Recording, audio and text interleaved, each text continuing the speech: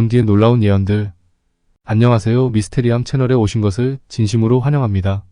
오늘의 미스테리는 존 D라는 역사 속 놀라운 예언들에 대한 미스테리를 소개해드리도록 하겠습니다. 여러분 혹시 역사 속에서도 신비롭고 놀라운 인물들이 많은데요. 그 중에서도 존 D라는 예언가를 아시나요?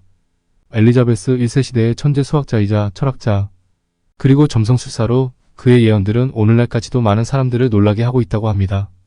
그래서 오늘은 존 D의 놀라운 예언들에 대해서 이야기해보려고 합니다. 자, 그럼 시작하겠습니다. 존 D는 1527년 7월 13일에 타워와드, 시티 오브 런던에서 태어났습니다. 그의 아버지는 로랜드 D, 어머니는 조안나 와일드였습니다. 그의 성디는 웨일스어로 검다라는 뜻인 두에서 왔습니다. 존 D는 유년 시절에 첼름스퍼드의 교회 부속 학교에서 공부했으며 이후 캠브리지 대학교에서 문학사 학위를 받았습니다. 그의 생애는 과학과 마법의 경계에서 놀라운 이야기를 남겼습니다. 존 D는 16세기에 활동한 잉글랜드의 수학자 겸 연금술사, 점성술사입니다. 그는 헤르메스주의를 추종한 오컬티스트이기도 했습니다. 엘리자베스 1세의 고문으로 활약하며 여왕을 위해 점을 치거나 첩보 활동을 하기도 했습니다.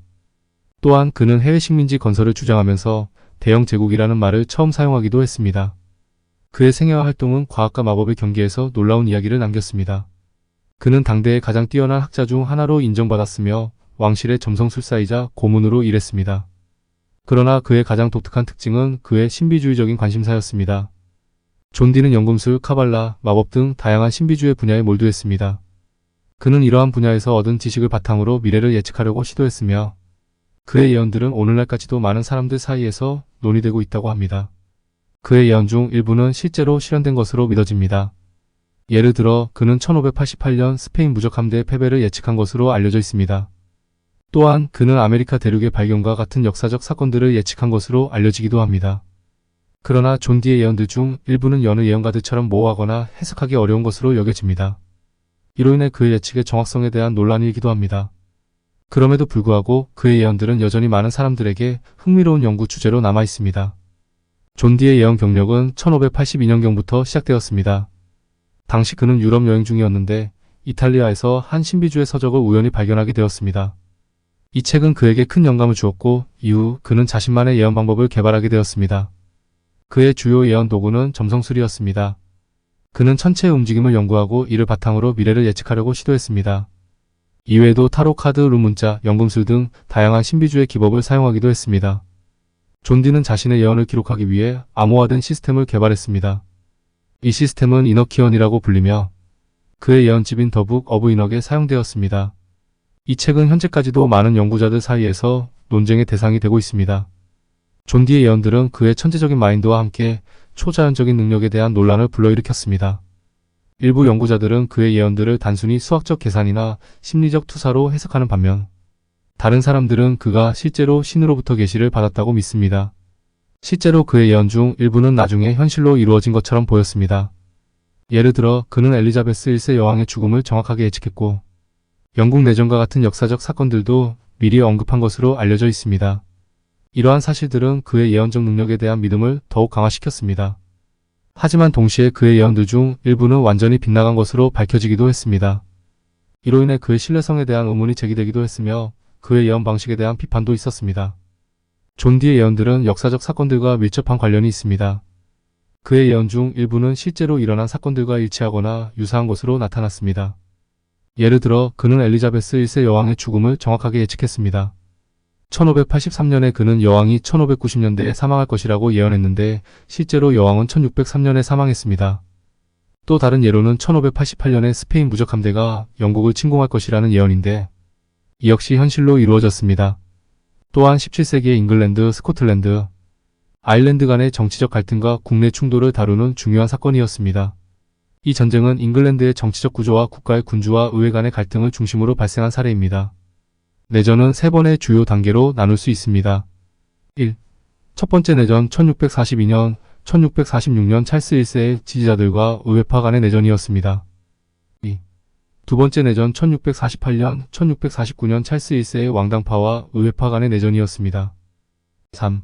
세 번째 내전 1649년, 1651년 찰스 2세의 왕당파와 의회파 간의 내전이었습니다.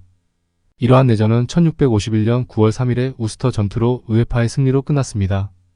결과적으로 찰스 1세는 처형되었고 찰스 2세는 추방되었습니다. 이 내전은 영국 정치에서 의회가 군주에 대항하는 첫 번째 사례가 되었으며 이후 1688년에 일어난 명예혁명에 영향을 주었습니다. 이를 두고 잉글랜드 내전이라고 알려졌는데 존 디가 이 내전을 예언했다고 전해집니다. 그의 예언들은 종종 미래의 정치적, 군사적 상황을 예측하는 것이었습니다. 하지만 그의 예언이 항상 정확했던 것은 아니며 일부는 잘못된 것으로 밝혀지기도 했습니다. 그럼에도 불구하고 그의 예언들은 역사적 연구와 분석의 대상으로 남아있으며 그의 통찰력과 예지력에 대한 관심을 끌고 있습니다. 존 디의 예언들은 암호화 상징으로 가득 차 있어 이해하기 어려울 수 있습니다. 그는 수학, 천문학, 점성술 등 다양한 분야에 대한 지식을 활용하여 미래를 예측하려고 시도했습니다. 그의 예언들은 종종 암호화된 언어와 복잡한 상징 체계를 사용하여 표현되었습니다. 이러한 암호화 상징은 그의 예언을 이해하는 데 중요한 열쇠입니다. 수학적 계산, 천문학적 관찰, 점성술적 해석 등을 통해 그의 예언을 해독하려는 다양한 시도가 이루어져 왔습니다. 현대의 암호학자와 역사가들은 그의 암호화 상징을 연구하며 그의 예언에 대한 새로운 해석을 제시하고 있습니다. 존 디의 예언들은 당대의 군주들과 사회 전반에 큰 영향을 미쳤습니다. 그의 예언들은 왕권 강화와 국가 안보에 대한 관심을 높였으며 종교적 신념과 과학적 지식 사이의 갈등을 일으키기도 했습니다. 영국 여왕 엘리자베스 1세와의 긴밀한 관계를 통해 그의 예언은 영국의 정치와 외교에 영향을 미쳤습니다. 그는 여왕에게 국가의 미래에 대한 조언을 제공하고 그녀의 통치를 지원하는 역할을 했습니다. 한편 그의 예언은 종교계와 과학계 모두에서 논란을 불러일으켰습니다. 일부 성직자들은 그의 예언을 악마와의 거래로 간주하며 비난했고 과학자들은 그의 점성술적 예측을 비과학적인 것으로 비판했습니다. 이렇듯 상반된 평가 속에서도 그의 예언은 당시의 사람들에게 큰 파장을 일으켰고 오늘날에도 여전히 호기심과 탐구의 대상으로 남아 있습니다. 존 디의 예언들에 대해서는 현대 학계에서도 많은 논란이 있습니다. 일부 학자들은 그의 기록들을 신뢰할 수 있는 역사적 자료로 간주하지만 다른 학자들은 그의 예언들을 사기나 환상으로 일축합니다. 그의 예언들의 진위 여부에 대한 논쟁은 주로 그의 기록들의 신뢰성에 초점을 맞추고 있습니다. 일부 학자들은 그의 일기와 편지들이 조작되거나 위조되었을 가능성을 제기합니다. 또 다른 학자들은 그의 기억력이나 상상력이 그의 기록들에 영향을 미쳤을 수도 있다고 주장합니다.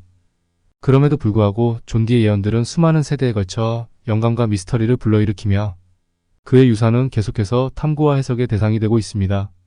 오늘날 우리가 살고 있는 세계에서는 과학과 기술이 점점 더 발전하고 있지만 동시에 미신과 초자연적인 믿음도 여전히 존재합니다.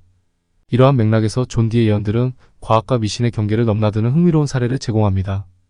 존 디의 예언들은 미래를 예측하려는 인간의 욕구와 불안을 반영하며 과학적 방법론과 미신적 사고방식 사이의 긴장을 보여줍니다. 그의 점성술과 마법 이론은 당시의 지식과 신념체계에 뿌리를 두고 있었지만 동시에 현대적인 시각에서 보면 비과학적이고 신비주의적인 요소를 내포하고 있습니다. 존 디의 말년은 모트레이크 자택에서 치과하였고 그의 딸 캐서린이 존 디가 사망할 때까지 돌봤습니다. 존 디는 1608년 말 또는 1609년 초에 향년 81세로 사망하였다고 알려져 있습니다. 사망 기록이 분실되어 정확한 날짜를 알기 어렵고 묘비 또한 사라졌다고 합니다. 지금까지 존 디라는 인물에 대해 살펴보았습니다. 그는 비록 오늘날에는 잊혀진 존재이지만 당대 사람들에게는 엄청난 영향력을 행사했던 인물입니다. 특히 그가 남긴 예언들은 아직까지도 많은 사람들 사이에서 회자되고 있을 정도로 유명합니다. 여러분도 이 영상을 통해 그의 삶과 업적에 대해 자세히 알게 되셨으면 좋겠습니다. 오늘의 영상은 어떠셨나요? 흥미로우셨나요? 저는 다음에도 재미있는 이야기로 돌아오겠습니다. 지금까지 미스테리함이었습니다. 감사합니다.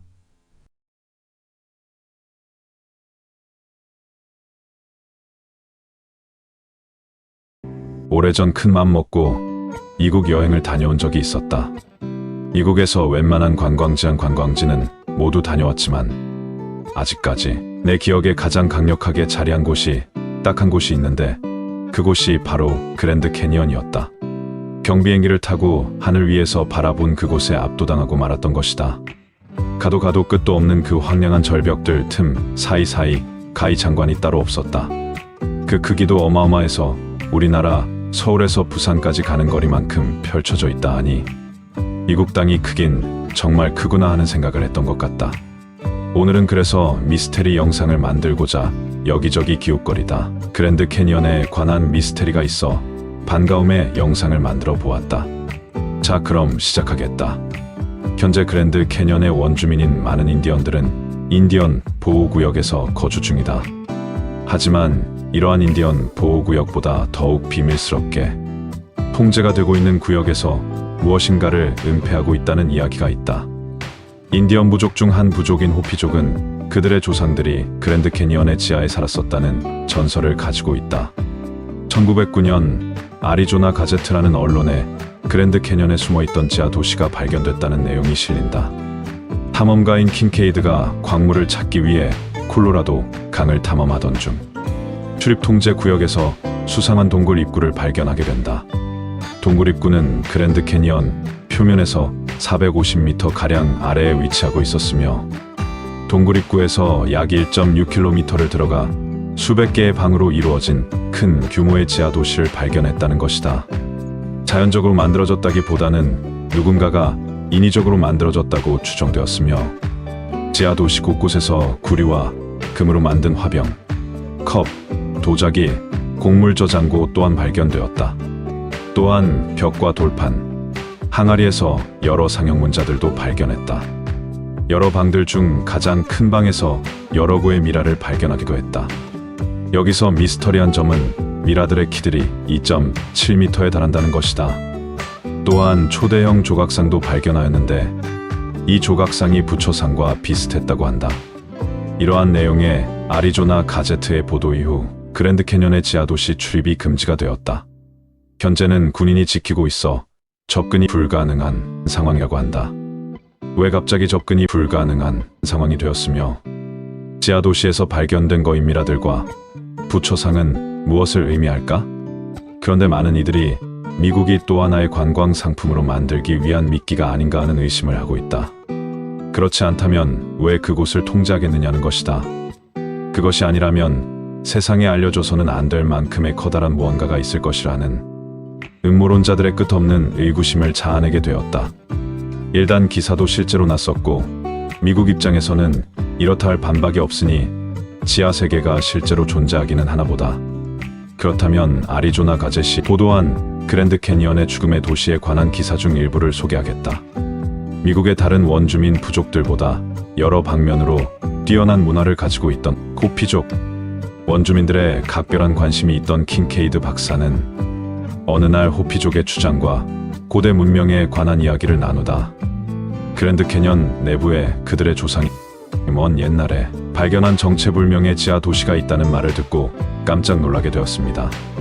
거대한 바위산을 깎아 엄청난 금은 보화를 숨겨놓은 고대인들의 보금자리라고만 알려진 죽음의 도시 이야기에 귀가 솔깃한 킹케이드 박사는 호피 원주민들이 지난 수천 년간 극비리에 보호해온 신성한 장소의 정확한 위치를 알고 있는 것을 알고 흥분을 감출 수가 없었습니다.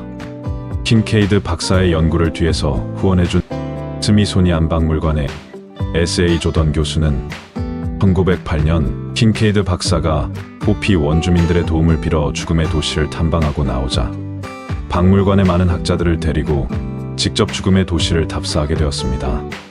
죽음의 도시는 당시 세계인들이 사용한 건축법이 아닌 고대 문명인들의 그의 건축법으로 지어졌다고 하며 작은 통로를 통해 수킬로미터를 땅속으로 걸어야 나온다는 죽음의 도시는 잘못 보면 지난 수천 년간 여러 문화권의 전설에 등장하는 지옥같이 보였습니다. 입구로부터 수킬로미터 떨어진 땅속으로 걸어 들어간 학자들은 죽음의 도시 내부에 어떻게 건설되었는지 알 수 없는 초대형 신전이 있는 것을 보았습니다. 신전에서 셀 수 없이 많은 양반다리를 하고 앉아 양손에 평온히 연꽃을 들고 있는 모습을 가진 불상들과 금은 보화로 만들어진 장신구들을 목격한 학자들은 불상들의 얼굴이 모두 동양 사람인 것을 확인하고 시대를 알 수 없는 시기의 동양인들이 먼저 미국 대륙에 생존했던 사실을 깨달은 뒤 깜짝 놀라게 되었습니다. 신전을 건넌 납골당을 찾은 학자들은 문제의 납골당의 숫자를 셀 수 없이 많은 고대인들의 미이라가 있는 것을 보고 알 수 없는 시기에 적어도 5만 명의 사람들이 문제의 도시에 함께 살았던 흔적을 찾게 되었습니다. 1909년의 아리조나 가젯의 기사 이후 다시는 신문과 학계에 거론되지 않은 죽음의 도시 이야기는 현대 고고학의 20세기 최초 미스테리로 남게 되었고 이를 발견하고 직접 탐험한 킹케이드 박사와 조단 교수 등의 이름은 다시는 신문과 학계 등에 거론되지 않았다고 전해집니다.